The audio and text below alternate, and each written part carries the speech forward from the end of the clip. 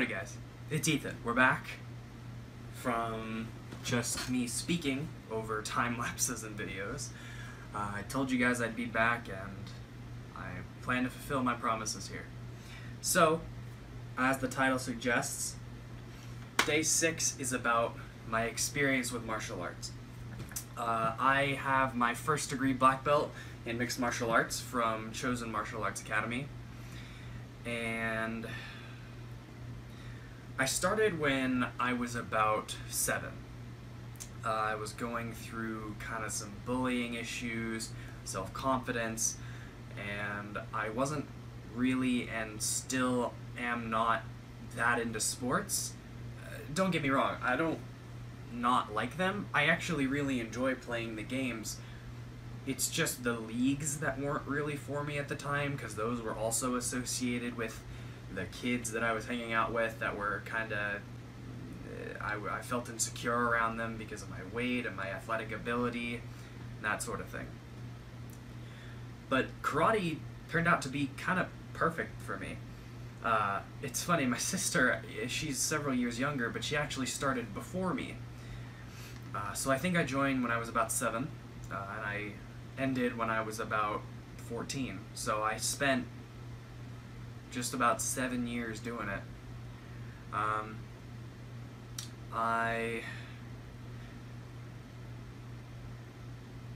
When I first started, it was mostly about discipline. That's one thing that their program does a really good job at, is discipline. They teach these little kids. I knew a kid who was, he had to have been at least 3 years younger than me. Like 10 or 11, getting his black belt, and that's impressive for the things they expected of us. Now, I enjoyed it. There were definitely ups and downs, and we'll get to that later in the video, but I really enjoyed it. It was good for me, honestly. It was physical activity, it was competition, it was discipline, it helped my self-confidence. It was an all-around the thing that I needed. You start off with katas. Now, I always kind of had a thing with katas, like a little beef with katas, just because I didn't see the point. The thing I kept telling myself in my head was, well, it's just a bunch of dumb moves. I'm never gonna need them. I'm never gonna use them. Striking, okay, circular motion like this. I believe it's called lop sao. Sounds like something that tastes terrible. And they do all this, and it's a waste of time, okay? Whoever does in real life, in a fight, you don't. But that's actually not the case. I started to understand this much later, and not fully until after I had finished my career as a martial artist, I guess. But they teach you the basic moves you need to know. Actually, whether you want to go wax on, wax off, wax on, wax off, or jacket on. I'll have a jacket. Jacket on.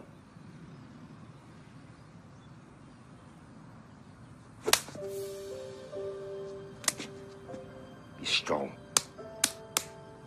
jacket on, jacket off, it doesn't matter to me. They're actually pretty accurate to what a kata does. They show you the stances, they train you in skills that they teach you the basics that you need to know to make any more advanced tricks or fights or fighting better. They teach you how to stand strong. They teach you how to hit fast and hard and be controlled at the same time. They teach you how to move controlled even if you're holding something heavy. They teach you how to move controlled when you're moving something fast. The forms are necessary. And as much as I didn't like them, it was probably more because I didn't want to practice than because I didn't actually see any value in them. And any of you young martial artists out there, I encourage you to look at your training the same way. The thing I always enjoyed most, though,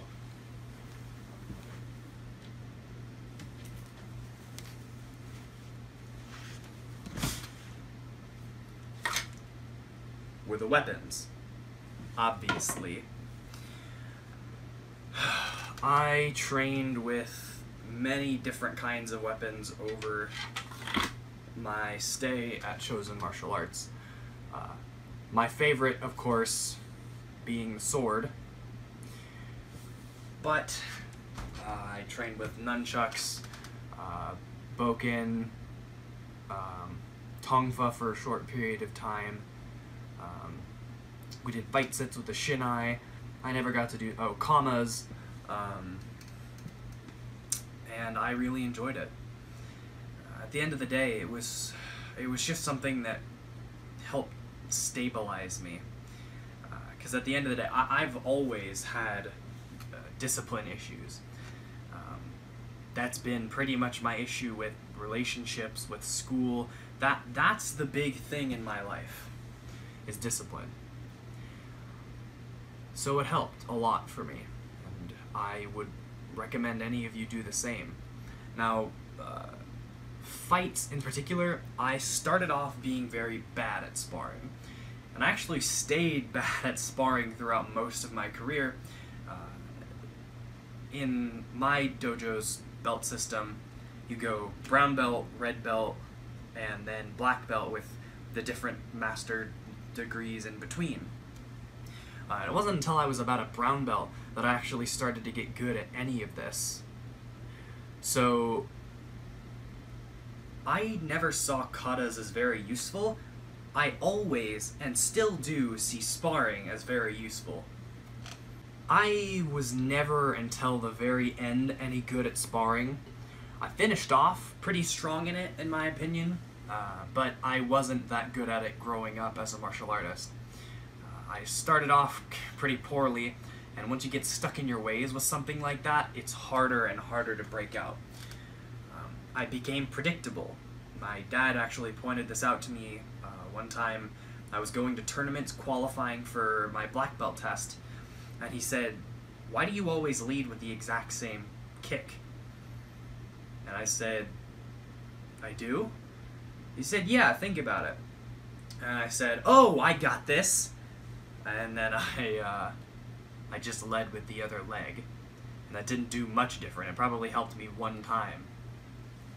What I had to get down was you have to vary a bunch. You have to go out there with the crazy stuff and bounce around, and that, it's not like they hadn't taught me that. I had been told that. It was just seeing it in a way that actually mattered in practice, when you weren't just doing drills, bouncing around and all that stuff. So sparring has remained a big, important thing for me. I've got a lot of great memories and some not so great ones that are my fault, I will totally admit, throughout those 7 years. And now that I've gotten it, it has, I noticed, very much helped me in a lot of important areas. For one, flexibility. I've never had a problem being that flexible. Now, I am not as flexible right now as I was right when I was still doing karate, but I am more flexible than pretty much any of my peers who did things like football, basketball, any standard traditional sport. I may be completely wrong. I am no doctor, but I think it might be because I did it when I was young, when I was developing. Because you guys hear that maybe, or either that or it's just me, that it's harder to get in shape when you're older because you're slowing down, your metabolism's slowing down, you're not developing, you're not regenerating as quickly biologically. And I was stretching pretty much every day of my young life, and that really, really, really helped me. Because if I hadn't, my weight problem probably would have affected me in a much more severe way. So that's just a simple biological benefit that has, it's had incredible effects on my life, as well as the mental discipline, the friends I've made, that I see around the town that I live in, and I always stop and talk to. There were martial artists from my studio that went on to join world-renowned teams and do amazing things, and it was just an amazing community. Good.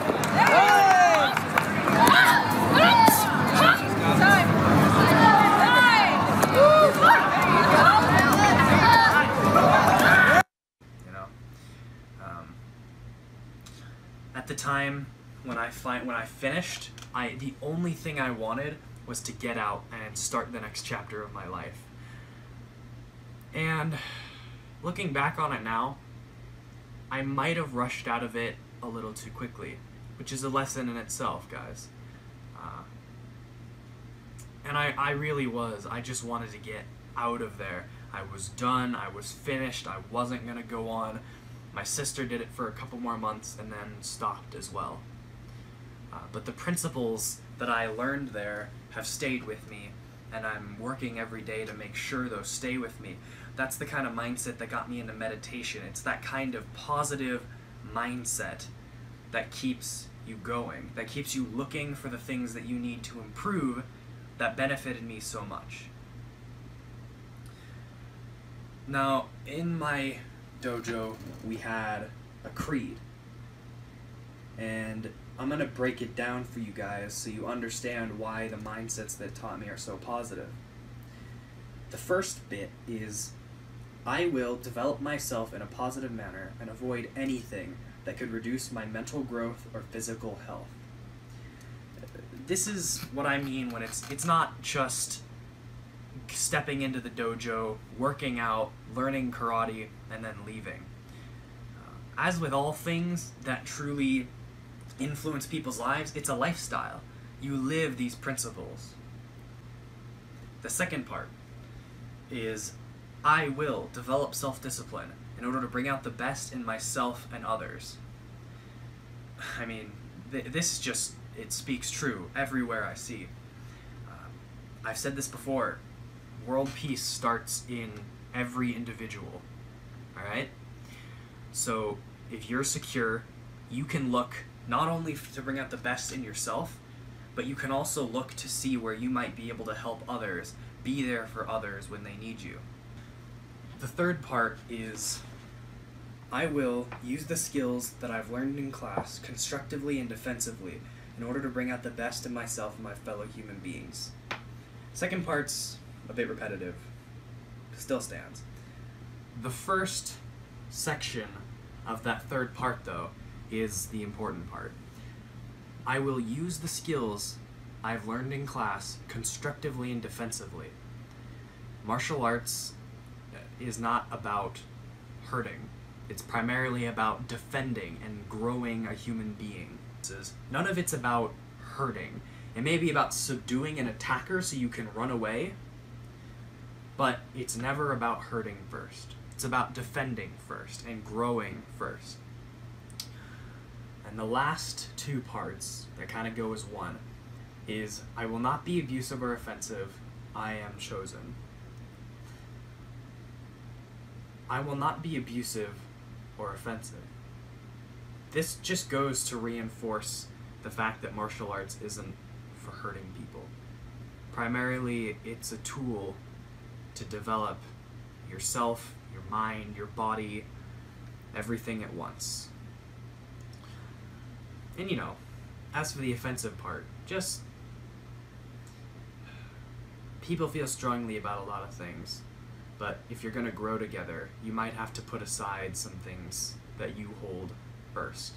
You want to always approach somebody with offering them something instead of, you know, well, if they're not going to be nice to me, I'm not going to be nice to them, because that's a vicious cycle and you never get anything done. That is where you start.